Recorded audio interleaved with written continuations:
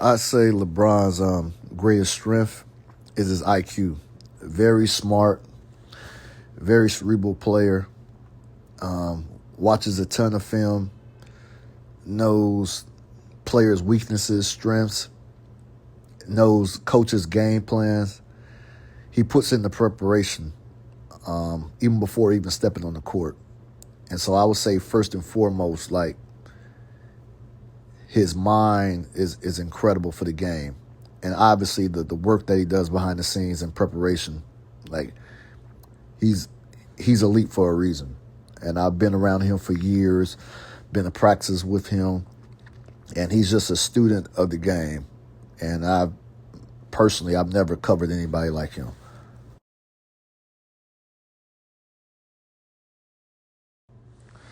LeBron's extremely competitive. He understood that when he came into the league, he was going to be a target, and I don't think anyone has came into the league with such high expectations and has exceeded the expectations of the masses. He's had an incredible career. What's this, year 23? Year 23 in the season of his career. Still playing at a high level. Still made the All-Star team. He understands that what he does is going to be so scrutinized. If he falls, he's going to be scrutinized. If he wins, he's going to be scrutinized. There's no player that has had that level of scrutiny. Nope, not one player. And for the most part, he has delivered. And he knows that he's going to be compared with the greats that have come before him. So with that, he's always staying on top of his game, always keeping his mind sharp, always keeping his game sharp. Again, nobody has faced this level of scrutiny, and no one has delivered the way that LeBron has delivered. And when you talk about the top players in the league ever, I put Jordan and I put Bron right there.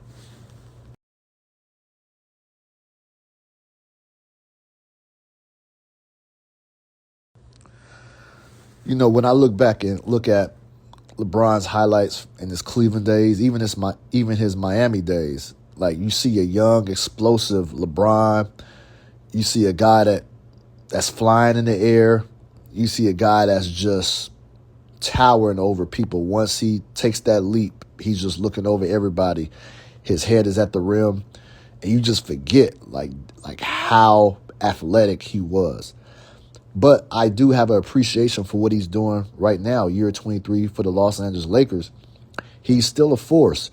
He's not the athletic force that he was, but he's a powerful force. He still has one of the top playmaking IQs in the game. He still understands the game and angles. He's still an incredible defender when he's engaged. Nobody has played at this type of a level at this stage of their career. Nobody. He's an all-star in year 23. Nobody. So I can look back at his youthful days in Cleveland and Miami, and I can appreciate those times, and I also can appreciate the times that we're seeing now. Because even though he's not the LeBron that he came into the league being, we've never seen anything like this at this stage. So I can appreciate both eras of LeBron.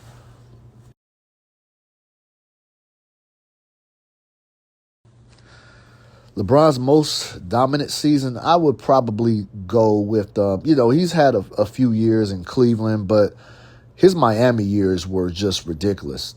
And you have to remember, he was playing with who you could make a case was arguably the second best player in the game at that time. You could make a case. Dwayne Wade had some special years in Miami. And so for LeBron to go over there and for Dwayne Wade to concede the number one throne option to LeBron just spoke volumes. So I think there were a few years in Miami where he was just head and tails better than everyone else, and that is including Kobe Bryant, who was playing for the Los Angeles Lakers. So I would probably go to his Miami days, and I think you can pick about 2 years where maybe even three. I think the first year He was adjusting, adapting. His first year in Miami, I should say, adjusting, adapting to his new role. It was that villain role that everybody was assigning to that I don't think he necessarily accepted. But after that, it was pretty much lights out. LeBron in Miami was a terror.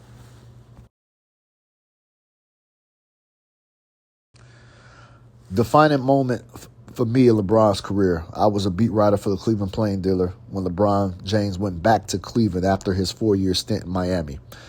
Coming back from a 3-1 deficit to beat the Golden State Warriors was iconic, was historic.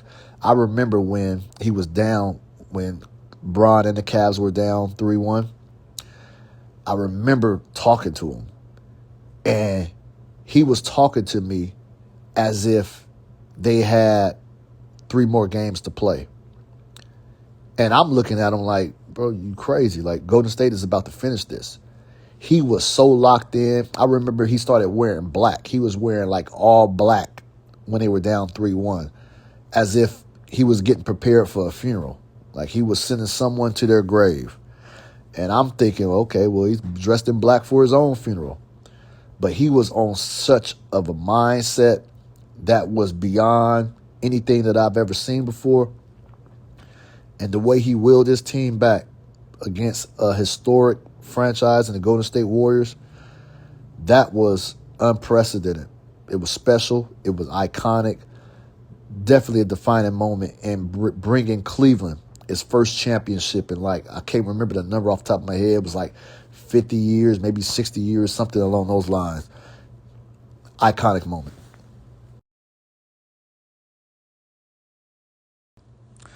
A lot of people don't know LeBron James personally. I think his accolades and what he does on the basketball court speaks for itself. He's amongst the greats. He's in the Mount Rushmore of basketball players. He's a top 4 player. He's a top 2 player, if you ask me. Personally, man, he's, for me, I can only speak for myself, man. He's been someone who's definitely helped me out throughout my career. There have been certain roles that I have taken in the media industry in my 16 years of covering this league.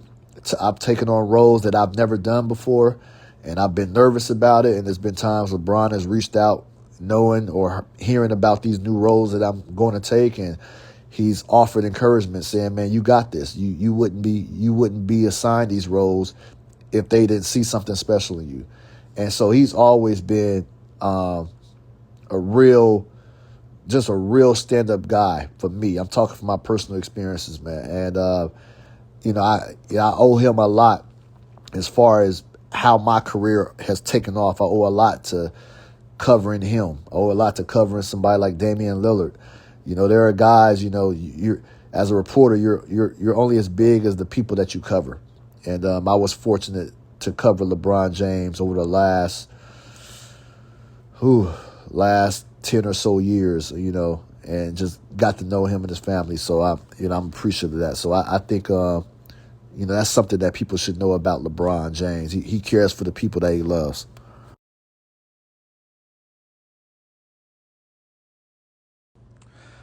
I think LeBron would be remembered, obviously, as one of the GOATs, one of the greatest to ever do this. A 6'8" freight train that could play point guard, had the skill set and IQ of a point guard, but had the body and physical presence of a power forward, and could move with speed and grace like a sprinter, like a running back. Like, he was everything. We've never seen anything like him before. It's the same kind of feeling we get from watching Wemby play. We've never seen someone 7'5" move around and do what he does. If you're 7'5", you're pretty much just going to be a center. You're going to be a back-to-the-basket player. You're going to be all in the paint. We've never seen a 7'5" guy dribble all around, shoot threes. And so LeBron James was that before Wemby. And I think he's going to be remembered for someone who had lofty expectations even before he stepped foot on the NBA court. And he exceeded expectations, which is hard to do. Went through some trials and errors. People had a problem with the decision, the way he did it and going to Miami. We got to see his ups and downs. But at the end of the day, there was never any scrutiny when it came to LeBron off the court. He's always been a family man. So I think at the end of the day, we're going to view LeBron as being one of the pioneers of this game, one of the guys who was a great face for the league. He didn't embarrass the league. Stand-up guy through and through. I think that's what we'll remember him for.